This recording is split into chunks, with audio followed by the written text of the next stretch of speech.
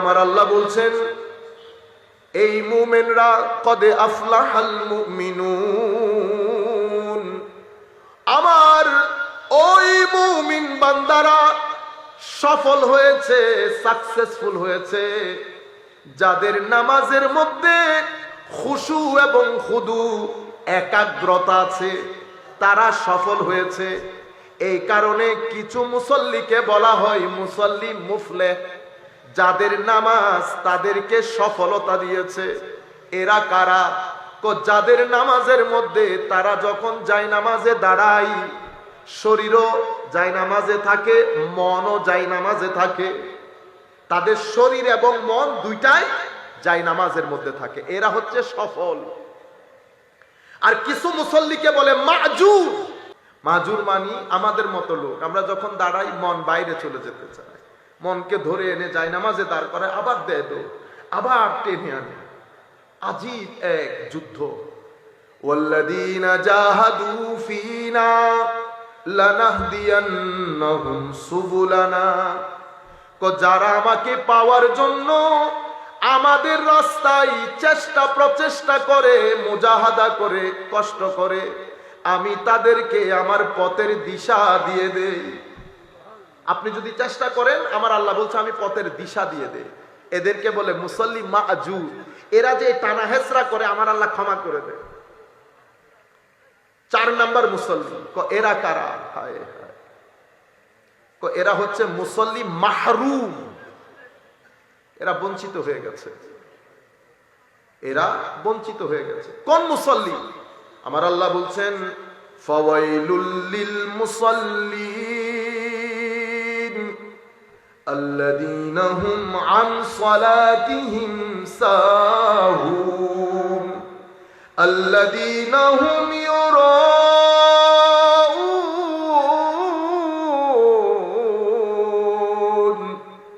ওয়া ইয়ামনাউনাল মাউন। আমার আল্লাহ বলছেন সেই মুসল্লি ধ্বংসপ্রাপ্ত হোক।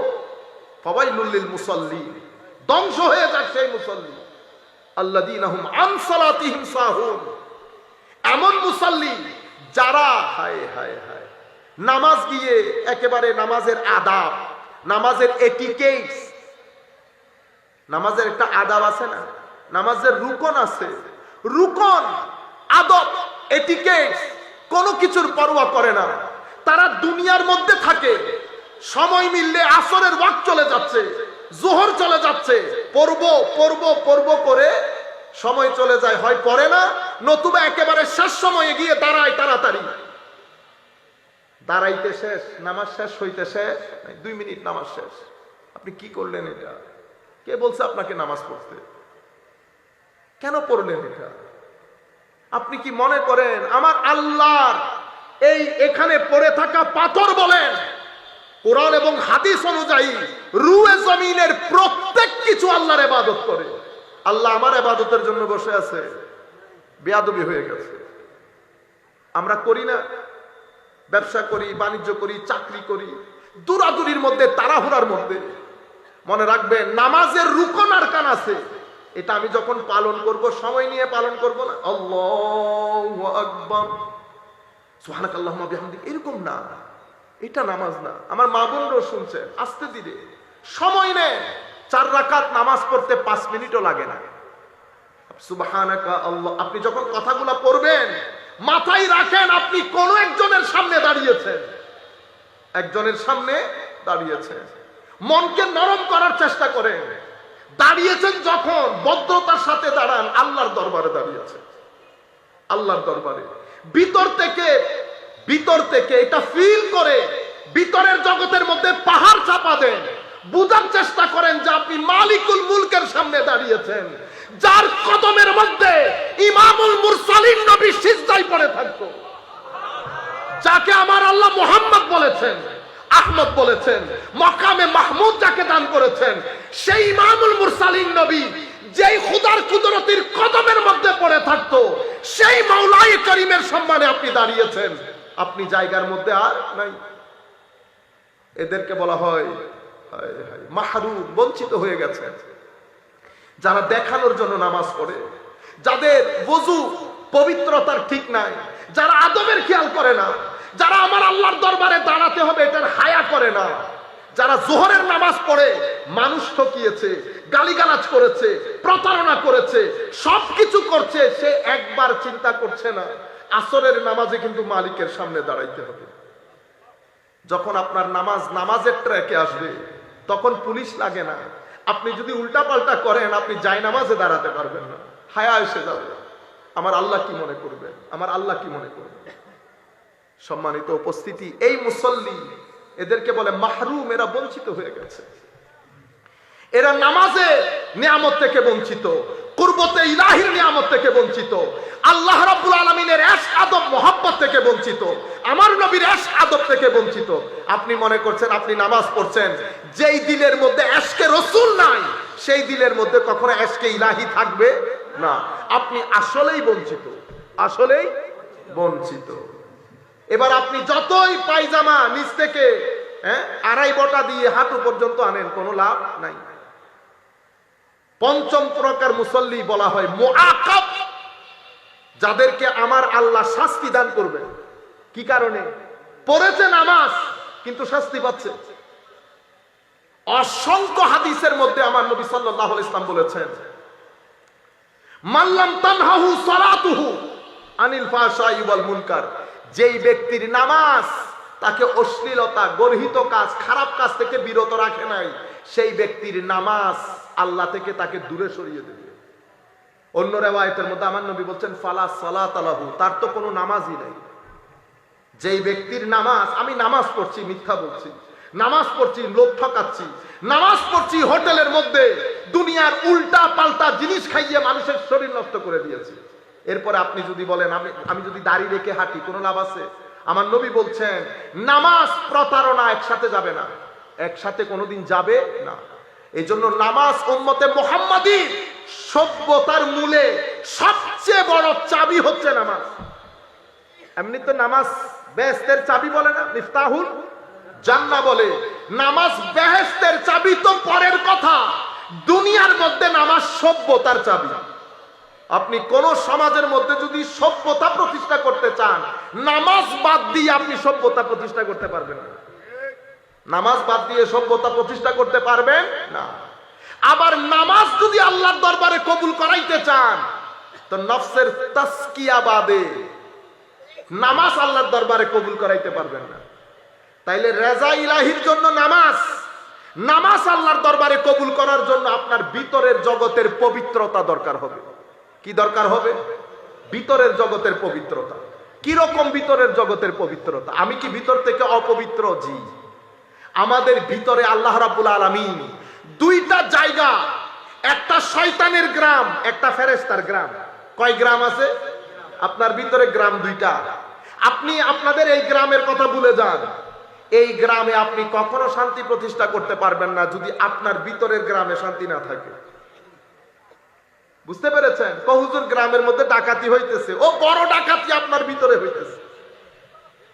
বড় ডাকাতি মনে রাখবেন, যখন কোন সমাজের মধ্যে রেপ বেড়ে যাবে, ইফটিজিং বেড়ে যাবে, ড্রাগ ডিলিং বেড়ে যাবে, ছেলেদের শরাব বেড়ে যাবে। শরাব কেন বেড়ে গেল? আপনারা জানেন কেন বেড়ে গেছে? কারণ আপনার গ্রামের মধ্যে লালসা নামের যে শয়তান বসবাস করে, সে অনেক শক্তিশালী হয়েছে। এখানে যদি লালসা শক্তিশালী হয়, আপনার গ্রামের মধ্যে রেপ, ড্রাগ ডিলিং, মদ এগুলা বেড়ে যাবে। তো আপনি আইন করে দেশের মদ বন্ধ করলে লাভ নাই, আগে মদ এখান থেকে বন্ধ করতে হবে। মেইন সুইচ আছে না, মেইন সুইচ, ও মেইন সুইচ বন্ধ না করলে তো কারেন্ট আসবে। আপনি কতটা নালার মধ্যে আপনি বাদ দেবেন, পানি এদিক দিয়ে আসে ওদিক দিয়ে আসে। আপনার ঘরের টয়লেটের পাইপ ছিঁড়ে গেছে, কেটে গেছে, ঘরের মধ্যে গন্ধ এসে গেছে না?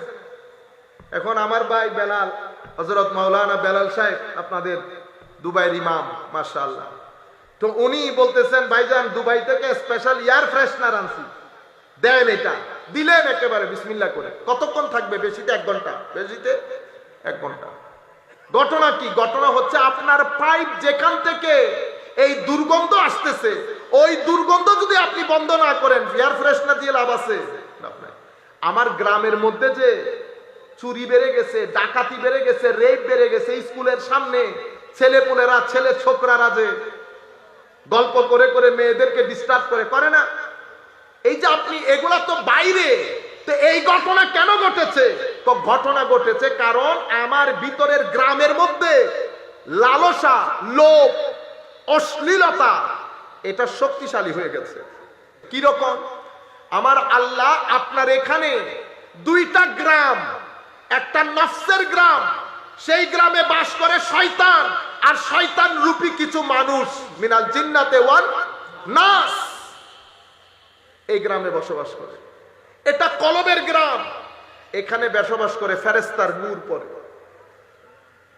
আর পুরা শহর যার, একটা রূহ একটা নফস, একটা রূহ একটা নফস, পুরা শহর যার, তাকে কলব বলে। কি বলে? কলব। কলব বেচারা পুরা শহরের মালিক, কিছু বলতে পারে না, চুপচাপ বসে থাকে। আপনার এই শহরের নফসের গ্রাম স্বাভাবিকভাবে দুষ্টামি করে, তো ঠেলে।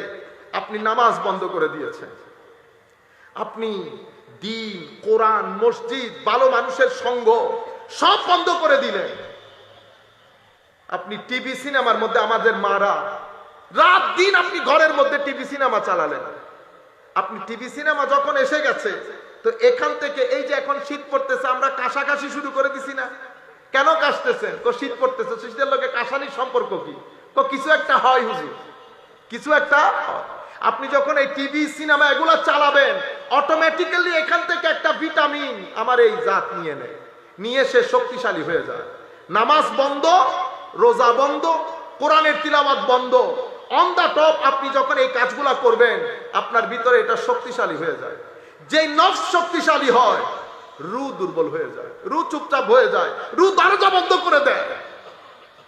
আমাদের ভাইয়েরা রাত দিন আমার মতো, তোমার মতো, আমার মতো, তোমার মতো বলে না, নবী আমার মতো।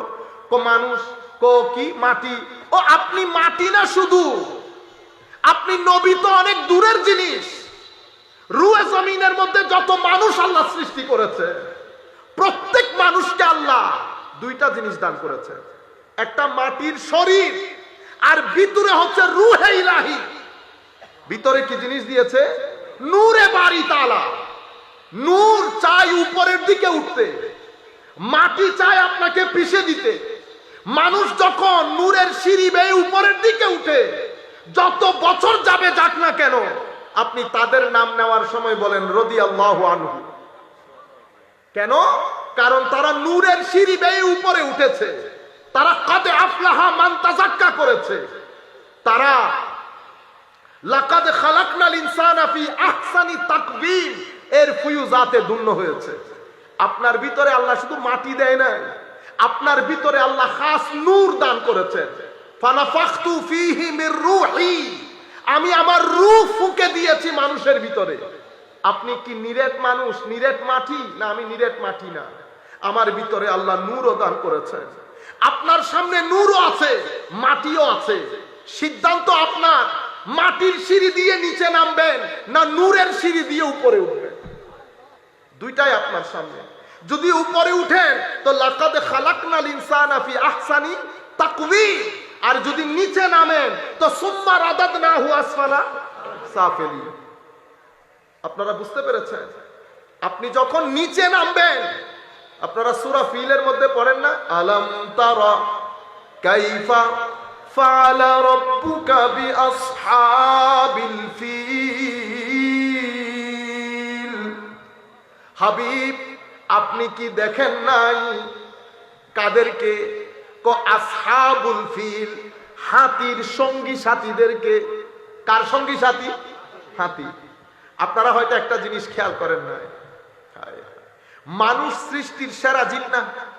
সৃষ্টির সেরা জীব তো। বলার দরকার ছিল মানুষের সঙ্গী সাথী হাতি। আমি একটা এক্সাম্পল দিলে বুঝতে পারবেন। আমরা প্রধানমন্ত্রীর সাথে সফর সঙ্গী হয়ে ধরেন কোথাও গেলাম, পত্রিকার মধ্যে কি লিখবে? আজারি সাহেবের সফর সঙ্গী হয়েছেন প্রধানমন্ত্রী, এটা লিখবে? না প্রধানমন্ত্রীর সফর সঙ্গী হয়েছেন আজহারী সাহেব? কোনটা লিখবে? আয় হায়, প্রধানমন্ত্রী। কেন? কারণ নিসবত সবসময় বড়র সাথে হয়। নিসবত কার সাথে? বড়র সাথে। তো এখানে হাতি, এখানে আব্রাহা রাজা মানুষ, এখানে বড় কে?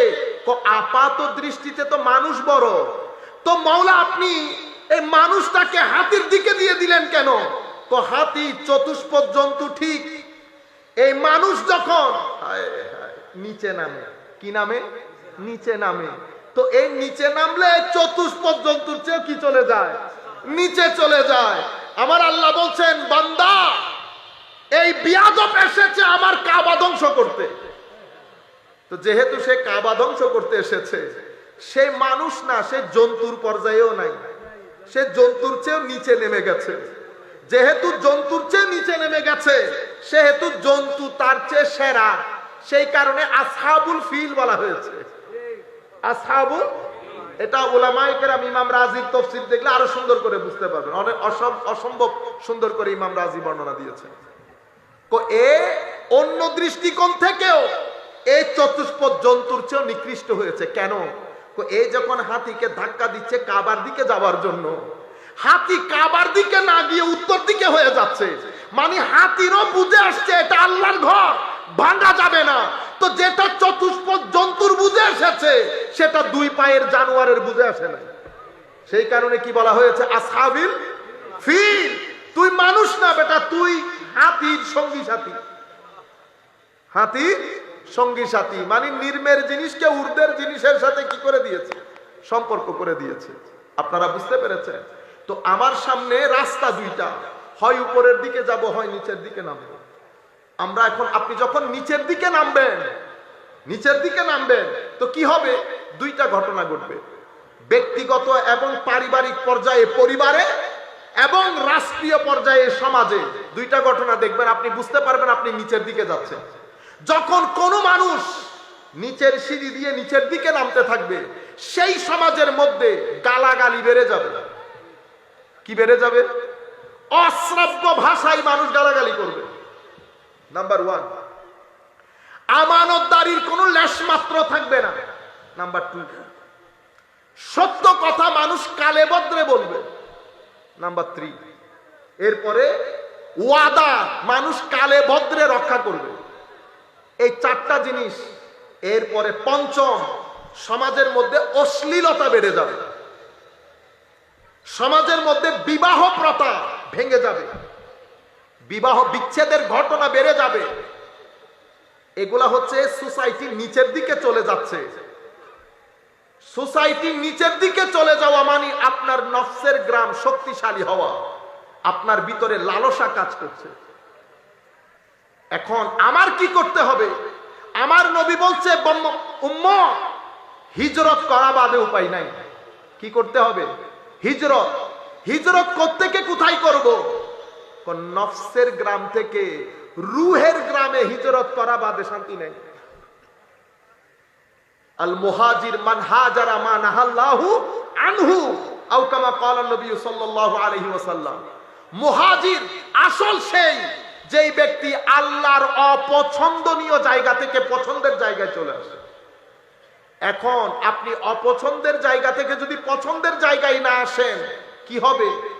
আপনার ঘর থেকে শান্তি চলে যাবে, আপনার সমাজ থেকেও শান্তি চলে যাবে, ঘর এবং সমাজের মধ্যে অস্থিরতা বেড়ে যাবে, ঘর এবং সমাজের মধ্যে অশান্তি বেড়ে যাবে, হতাশা বেড়ে যাবে, একজন আরেকজনকে সম্মান করবে না, সম্পর্কগুলা নষ্ট হয়ে যাবে। সেই পর্যায়ে এখন এসে পৌঁছেছি না? আমরা এখন কি করতে হবে? আল্লাহর ওয়াস্তে আমি আপনাদেরকে বলছি, আমরা ওয়াদা করি যে আমরা অন্তত একটু একটু হলে ফরজ নামাজ যেন কেউ মিস না করেন, কোরআনের তিলাওয়াত যেন মিস না করেন। যারা কোরআন পড়তে জানেন না, মসজিদের ইমাম মুয়াজ্জিনের কাছ থেকে গিয়ে আল্লাহর ওয়াস্তে কোরআন পড়া শিখেন। আমার নবীর সাথে চেহারা দেখানো যাবে না। আপনি কোরআন বুঝার তো দূরের কথা, আপনি পড়তেই জানেন না, আপনি আমার নবীর সাথে মুখ দেখাইতে পারবেন? যাই হোক, এটা আমি আমার প্রাথমিক পর্যায়ের কিছু কথা আপনাদের বলার দরকার ছিল, বললাম। আর দুইটা পয়েন্ট বলে আমি শেষ করে দিচ্ছি। সম্মানিত উপস্থিতি, এখন আমাদেরকে রেজা ইলাহি রাজা ইলাহির জন্য ইবাদত, ইবাদতের জন্য আমার ভিতরের পরিশোধন। ভিতরের পরিশোধন করতে হলে আমি আস্তে আস্তে আল্লাহ অপছন্দ করেন এই কাজগুলা যদি ছাড়তে না পারি, তাহলে আমি তো হিজরত করতে পারবো না।